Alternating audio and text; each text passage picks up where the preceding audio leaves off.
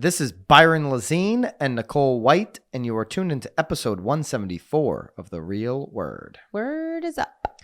We've got an update from last week's show. So if you didn't see last week's show, go see it, episode 173. Whole bunch of good stuff happening here. Well, I don't know if it's good, but there's a bunch of stuff happening. I think what helps is that we actually read this article this time. So now we have some clarifications to announce. I did read the last article. Well, again, what we did say in the last episode was that this was all sort of speculation. This was being proposed, and there was a vote. So it was a vote that happened superficial. Happened last Friday. Yeah. And it's official. The NAR board has voted to approve the controversial new policy, which requires addresses on all MLS listings. But it's not really all. It's kind of like there's an out card there. Well, but I think that it's good because, again, I hate to keep going back to the last episode, but we were discussing last time because you were asking me who doesn't put the address on there. And we were talking about the fact that, some sellers may be really upset over this because they now have to disclose their address and they don't want people driving by. Well, it impacted pocket listing situations quite a bit. And that's where the uproar was coming from. So it all makes sense now because really what they're doing here, and it says the policy does not require that the address be made public, just that it be immediately available to the other MLS subscribers. So this really strictly just has to do with agent to agent, not agent to public. So yeah, if you're a seller in the public and you don't want your address going on Zillow and for everybody to see it online, you still can exclude that through your listing agreement, and then the agents would exclude that address. But once it sells, that address is going to be seen by all agents in basically all states now, because it was every state besides non-disclosure states, and now the listings were already required in the other states. So it's every state. And this was passed, I guess, pretty easily on Friday. There was another policy that they voted on. This one was originally proposed by Redfin. It was. So Redfin now is getting things put through NAR, which requires sold listings to be included in those non-disclosure sites like I was just talking about. And it passed 716 to 44. Just no, it sounds like just no sales price needs to be on there, just the address, right? That's right. It's interesting though. How many times do you get a phone call from 800 a buyer's agent after a property is closed? And again, this has nothing to do with addresses, but hey, can you remove the photos from MLS? My buyer doesn't want them on there anymore. Do you get calls like that ever? No, I not often, but I've heard that. Yeah, I get them quite a bit. The new buyer now wants the photos. But here's the problem. Oh, yeah, sure, I can take them off the MLS, but I'm not going around to every single site. And if Zillow's keeping those photos on their site, and realtors I'm not going on 100 different websites so that your buyer can feel good about their property online and taking these down. Right. I don't control that. And so that is a conversation that the buyer agent needs to have with the buyer. Needs to be educated on, like, hey, well, they don't own Zillow. Nicole White doesn't own Zillow. Yeah. Well, that maybe one day. Like to own Zillow. I don't know. Be a billionaire right now. You don't know? No, I would love to. I just be good with billions. Well, I'll be okay with it. So that's the update on that. So Racket. It passed. Bottom line, it passed. I don't think it's much of a racket. No, I don't think it's a racket at all. Again, I think what's nice here, though, is that it's not impacting necessarily if your seller doesn't want things to be public. So I think that's a very important. Racket number 2, another Inman piece. It's an opinion piece. So this is purely opinion. We'd love yours in the comments. The housing shortage, which we know is happening right now all around us, will last for years. And let's get into kind of what's led up to it and why this will last for years. So they're saying we need basically 2 million new homes a year. We're not on pace to do that. Beginning in 1959, the U.S. Census Bureau started to record housing starts. During the 48 years between 59 and 2006, builders completed 52 million, almost 53 million homes for an average of just over 1.1 million homes per year. A year. Okay. Now, over the last 14 years, builders started 9.9 million, just over 9.9 million homes for an average of 708,000 a year. So we're already behind. We're way behind. We're almost 300,000 homes behind. Yeah, almost 400, 394. Fewer starts per year than the historical okay. average. I'll go back to math. That's okay. The annual shortfall totals over 5.5 million during homes. Those years, from 2007 to 2020. So in 2020, we were up from that average. We were at 990,000, almost a million. but still below the historical average of the 1.1 million. So we are in a shortfall of 2007 to today of 5.5 million. Now, Fannie Mae says we're at a shortfall right now of 3.8 to meet current buyer demand. Right now, we would need 3.8 million homes. This says in the last 13 years, we had a 5.5 million shortfall. So all of a sudden, and the 5.5 would probably put us more at a normal market because remember, we're less than 2 months inventory right now, Right. which is absurd. Crazy. A normal market is 6 months inventory. Right. You know, we've seen months here in Connecticut where you get into 10, 12 months and beyond. Years. Which is not good. No. We're not in that situation anymore. Not right now. But you have this, you know, huge millennial group buying homes.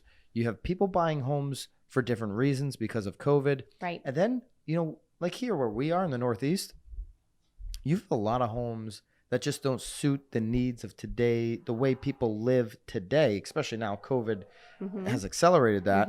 But just, you know, electrically, the way it's, you know, set up with, you know, just the way they're functioning. Okay. They're not the way I would want to. Okay. Some of these homes in New England. Okay. Live. So they should all be torn down. No. So my point is, even some of the resales. Oh, you're talking about historic homes. Is that what you meant by power? Like electric? I mean, I'm talking what about. Are we still like lighting in the Northeast, we have these fires homes for like that were lights? built in the 1700s, 1800s. I live in one. You're not allowed to tear them down, which is ludicrous. It's insane. So you think that has something to do with the shortage? What I'm saying is, not like Nicole, super fancy, Nicole White, super fancy realtor. I found that clip. I should give it to you, Bobby. I'm going to give you this clip, Bobby. From, when I pulled up in my car. I said, "Oh, my super gosh. fancy agent." We weren't even working together yet. That day, you know, came up on my Snapchat of like, here's So a reminder. It was like 2 days ago. Yes, I had the white BMW. You actually had wanted me because it was a referring listing. Yeah. So you met me at the and I pulled up. Yeah. Yeah, that's so funny. We're gonna play that clip, Bobby. Fancy real estate agent still. Yeah. Nicole being super fancy, to get back to my point here. I mean, 1875 is definitely not fancy. She My basement's lives, dirt. you would never tear down that I have a house sump because pump. the location is super fancy and Yes. it's by the Guilford Green. But there are historic homes that don't have tremendous location Right. that are undervalued for if you had a newer home on there, they'd be worth more. Right. Okay. So and then you just have older homes, right? They're just not good. They need a lot of work. well, but there's okay. How's that to do with supply and demand here? Here's how. Okay. Some of them are just sitting there, you know, they would be easily sold into the market if they were a better product, better quality, right? So you think people aren't selling because they don't have the right product to sell? Is that what you're thinking is hurting with the supply? Here's what I think. I don't think necessarily they aren't selling, but they can't get what they want, so they're just going to leave it as a rental. Or it's just kind of. Yeah. You know. Well, I guess the biggest problem there too is then the supply, right? If we're 5 million behind already, and then again, supplies are going skyrocketing. I mean, I can't even imagine how much of our shortfall with these new constructions will be for next year. I mean, it's so funny because moments before we even started this, I have a buyer that's been waiting for her builder to get the permit for 4 months. She closes on their house this week. So it's like, what's going to give? And they get into this, like, also the population shift, you know, Florida, Texas, Arizona, other states Millennials need more demand, you know, so they need more house. And like you go to Florida, you just see them building houses everywhere. Right. And they need more of the 1 point, you know, whatever million we need, you know, 5.5 million, but 1.1 or more million a year than maybe other states do. So that's kind of how we got here. Right. Now, the prediction, if you read through this Inman article, is that we're going to be here for years because we're coming nowhere close to 5.5, making up the 5.5 million shortfall. And every year, well, this year may even be worse. Homes. I mean, hey, we caught up last year, but again, with things that are, I mean, we've talked about this multiple times. I mean, builders are willing to give back people's money because they can't even get enough building supply. So, it'll be interesting to see what happens in the year. But again, they also are talking about millennials in here, that they're entering the market, which is obviously just adding more and more people to the buying. I mean, it goes into this article a little bit too about the immigration crisis and where are all those individuals going to live. So are you reading the article now as we sit here? Well, I'm just going to point out one number and really we should be getting to a building 1.5 million homes per year. That's where we should be getting to. We're nowhere close to that right now. That would gain another 400,000 homes, which would add to the shortfall. And so here's the math in this opinion piece here is if we need 5.5 million shortfall, so we add those 400,000, that equals 13.8 years. So that still means, I mean, that's 14 years we would catch up in this math. So we probably need, to their point, 2 million homes annually to achieve supply-demand balance in about 6 years. So moral of the story is low supply. Now, whether high demand stays there remains to be seen, but low supply right now is something we're going to be faced with for a long time. This opinion piece, which was written by... his name's Ben. Ben Caballero. Ben Caballero. Oh, I thought maybe you were skipping his name because you couldn't pronounce it. No, he's the president of Texas-based HomeUSA.com. I think it's a great article. It's certainly worth digging your teeth into. It says he's America's #1 realtor for the past 5 years. What does that even mean? I've never heard of him. Maybe he is, Ben. Maybe you are. Well, once he gave the opinion piece, he probably was able to give his own biography. That's why.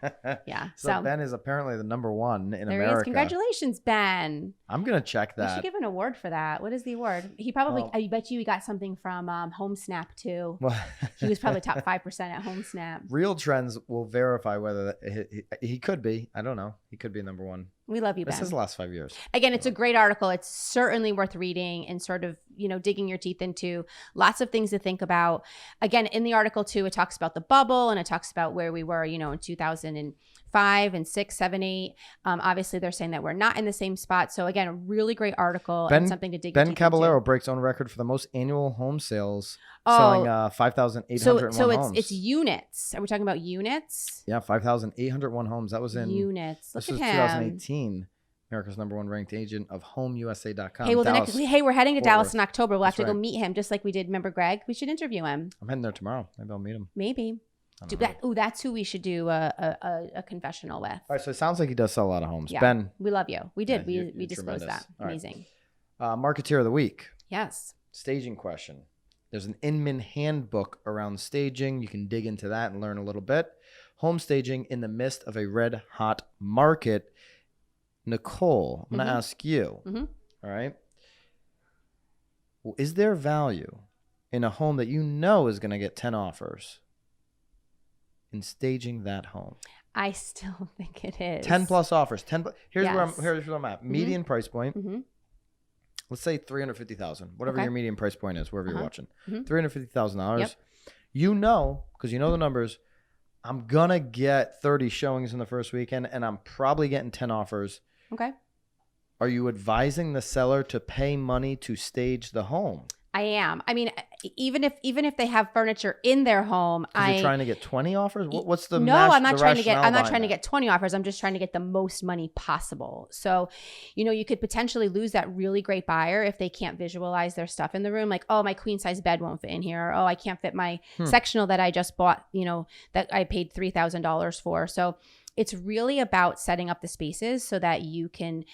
Because again, you could have 10 offers, Byron. I mean, you know this, but they could all be crappy. It's really about getting as many options as possible so that you can get the most amount, not even just the most amount of money, but just the best contract possible. So you don't want 10 crappy offers. No, but again, good. But my point is that, okay, yeah, maybe we don't, the purpose may not be to get 20, but if 20 brings us a good offer and 10 didn't, then 100%. I do highly recommend it. 100%. You've completely changed my mindset over the years on staging. I'm a big believer. Certainly talking about the luxury price points, properties that don't have 2 months of inventory. You're going to want to stage those properties. I don't know. If I'm in the lower price point and I know I'm getting the 10 offers, I may hold off on it. Still want it to look very presentable. Want to put myself in the best position. But I think it's worth a discussion, and this has a lot of good information. Oh, for sure. I mean, it talks about that 53% of real estate agents don't stage your house, although they do agree that you can get more money. I mean, we're not talking about much, right? I mean, in all honesty, even if you just got a couch in a room and a bed in one bedroom, I think that will help with your marketing. I do highly recommend bringing a stager in for an occupied home for sure, especially if that individual, because I think right now we're seeing a lot of people. What if you have a vacant house in that lower price point, totally vacant, $350,000? There's no furniture in there. I still for like $1,500. And you can make the argument that the 15 is going to make you at least the 15 back plus some. Yeah. Again, I think it could potentially bring a buyer that wouldn't have initially put an offer in to put an offer in, So if I mean, because buyers are the problem here too is that even, I mean, again, I'm just talking in this market, how many deals are falling apart on our team? Way too many. So on the initial walk-in, they are loving it, and then they're getting to that home inspection period, or 2 days later, they're getting cold feet. I think right now you need to present a home in its best light, even if you are getting 25 offers, because you need to make sure that buyer is that it's the right buyer, and that they're committed, and that they love it. And I mean, it's as wonderful as this market is, it also is very difficult because buyers are rushing in, making these crazy offers. And then they're getting the inspection, and the seller's like, no, I'm not going to do anything because I have 12 other And offers. then the buyer's like, but I paid $40,000 over list, so everything should be fixed. But no, because I've got all these other offers, and Right. somebody's willing to come in and ask for nothing, and they're paying $38,000 over. Right. So good for you. Get away, buyer. I still think it's, especially if you're an investor, if you're still in the game for flipping, I mean, don't cut back on staging just for that. Obviously, maybe if it's a rental property and you're, in over your head already, like if I were ever to list mine, I don't know that I would actually stage it. What do you think? That's of a lie. I flipping? would. Well, that's a whole different topic. We'll get into totally. that. I want to know what you think about flipping in this market. I can't We'll talk about that. can't even imagine there's even any money to be made right now. Yeah, I'd like to hear your opinion on that. All right. But anyway, so but I not on agree this with show, 'cause we staging. both gotta I think even though people are getting 15 million offers, I would still recommend my seller staging 100%. And the argument can be made, if you can make $1 off of it and it's going to bring you more qualified buyers, then it's money well spent. So right. You get your money back, make $1. Well, again, fine. we've always said first showings are through your photos. I mean, what are you taking a photo of? Like a window? No, I get it. Yeah. You get more more showings, more offers is going to create potentially And more I money. mean, your content. I mean, a staged home there is you go. much better to share on your social channels Get too. your sellers to invest in some of your fabulous content. Or maybe you are investing. I agree. If I can't get you, so how about this? At $250, if I can't get you, say $275, I'll cover it. Or I saw a listing today, and I'm totally going off on a tangent here. It was brilliant. A listing agent in the comments said that if it goes over list price, the seller will actually give 5% to the buyer's agent of like the amount that goes over. Oh, 5% of the overage. Yes. Love it. Talk about incentive. Yeah, I like that. Holy hell. Anyway. Yeah, anything you can do to net the seller more money in 100%. the end, get creative. And all right, I love it. You sold me. You always staging, I'm always leery, and then you bring me back in. It just looks pretty. It just looks great. that's the job. We're marketers. Yeah. I mean, bring it in. Put it in the best position. All right. Love to hear from you in the comments what you thought of the new NAR. Now it's actually a policy, so that vote that went through on Friday, as well as everything else we're talking about. Yeah. Which Did you forget? I think I've completely forgot We what were racket talking number 2 about was. supply and demand. Supply and demand. Yeah, that's that's where I'd really like for your a comments. while. Yeah. Anyway, What do you think? you're over it. Does this continue for the long term? Love your opinion on the opinion piece. All right. That's it. That is a racket, that show. See you guys. Keep it real, guys.